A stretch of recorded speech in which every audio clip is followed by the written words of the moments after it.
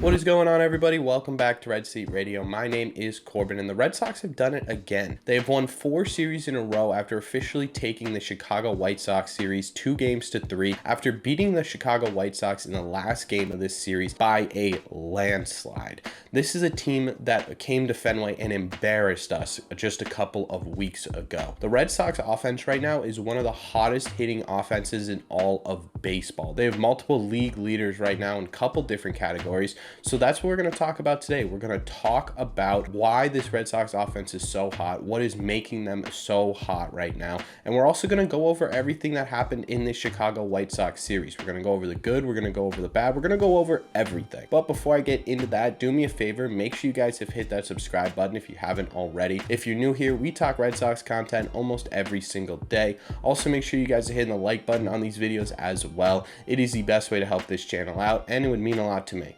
Thank you all very much for clicking on this one. Let's get into it.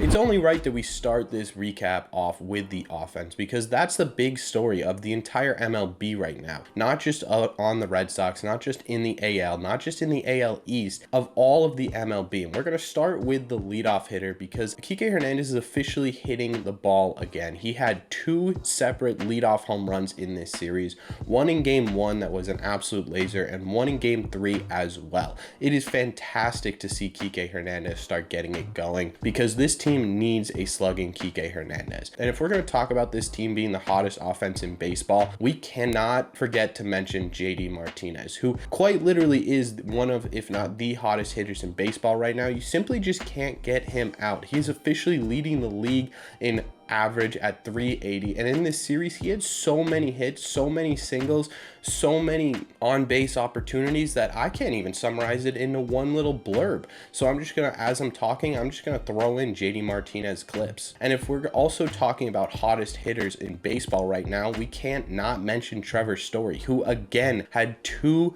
3-run home runs in this series. Much like Kike Hernandez, he had one in game 1 and he had one in game 3. Right now, Trevor Story has 21 RBIs in the last week. That is the most by a Red Sox player since 1920.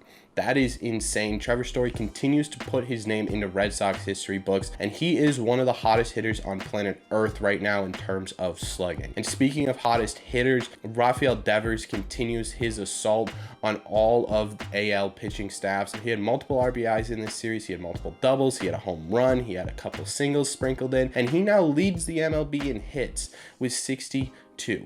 That's pretty crazy that he is on such a tear. I think we all expected him to have an MVP caliber season, but this is just crazy. And speaking of doubles, Alex Verdugo finally found his groove a little bit as well, especially in the 3rd game of the series where he had 2 doubles, 3 RBIs, and a single. And much like Kike Hernandez, this team needs Alex Verdugo to start hitting like he hit in this series, because if we're going to have long-term success, those 2 guys are going to be pretty key to it. One of the most underrated parts of this Red Sox rebirth that we see going on right now is Christian Vasquez, who just a couple of weeks ago had an average of 230. He's now hitting 276. He's driving in all the RBIs on singles. He has a ton of clutch hits in the last couple of weeks, and it kind of sucks to see no one talking about him, because when he's doing poorly, everyone's talking about how, oh, we probably don't need Vasquez next year, like it's time to move on, he's not that great of a catcher.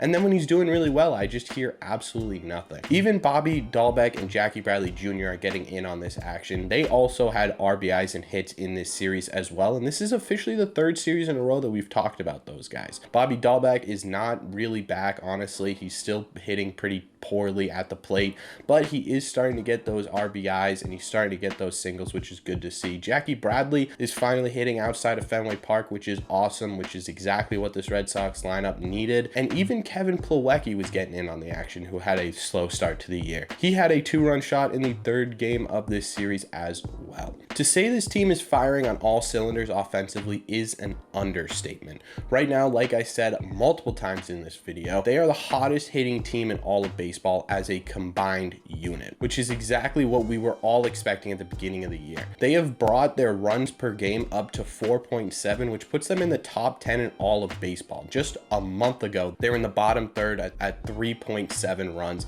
And obviously 1 run per game doesn't sound like a lot, but it is pretty hard to bring that runs per game up. You have to hit a lot of runs, and they're just insane right now. They're insane to watch. They're fun to watch at the plate. It is some of the most fun I've had watching baseball in years. But that wasn't the only part of this series, so let's talk about the pitching staff as well.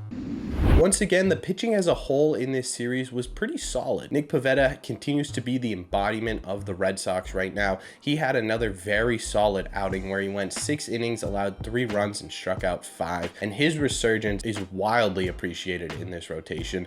To have your number 2 pitcher start pitching like a number 2 pitcher is very important. Rich Hill, who ended up with the only loss in this series, but he pitched pretty well. He went 5 innings, had 3 runs scored, but only earned 2 and struck out 1. And it is quite literally a mystery to me how this guy gets people out with just basically a curveball and a fastball. It's pretty incredible to watch. Yes, it's a heart attack every time he's up on that mound. I will say that until the day he's off this team, but it is starting to be a lot of fun. I'm starting to get addicted to that feeling that what is his next pitch going to be? Where is it going to be? I kind of like it, honestly. Michael Wacha had really the only rocky start in this series, and hopefully that's not a trend for Michael Wacha, because we really need Michael Wacha that we've seen all year. But he only went 4.1 innings. He allowed 4 runs while only striking out 2. All in all, though, the starting pitching staff was pretty solid. They averaged about 3 runs allowed per game, and right now the way the offense is playing, that is plenty to keep these guys in ball games, which at the end of the day is all we need. We don't need the pitching staff to be league leaders, Cy Young candidates, all-stars.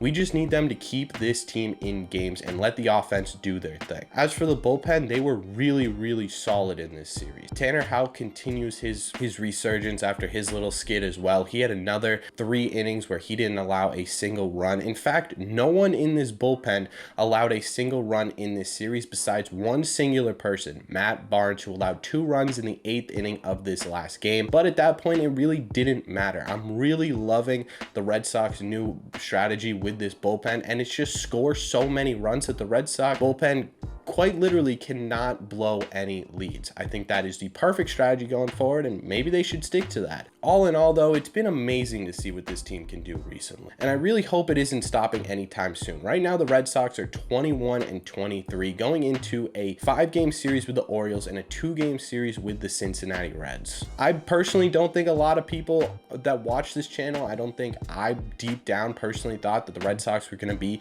this close to 500 this early, and it's just an amazing feeling to come on here 4 series in a row and be optimistic about this team. Let me know what your thoughts are down below in the comments about the Red Sox offense right now, specifically about the Red Sox in general, about this series, about anything Red Sox related. Let me know what you're thinking about this team right now down below. Also, if you've made it to the end of this video, make sure you guys have hit that subscribe button if you haven't already. Like I said at the beginning, if you're new here, we talk Red Sox content almost every single day. Also, make sure you guys are hitting the like button on these videos as well if you haven't already. Again, like I said at the beginning of the video, this is the best way to help this channel out, and it would mean a lot to me. Thank you all very much for clicking on this one, and I will see you in the next one.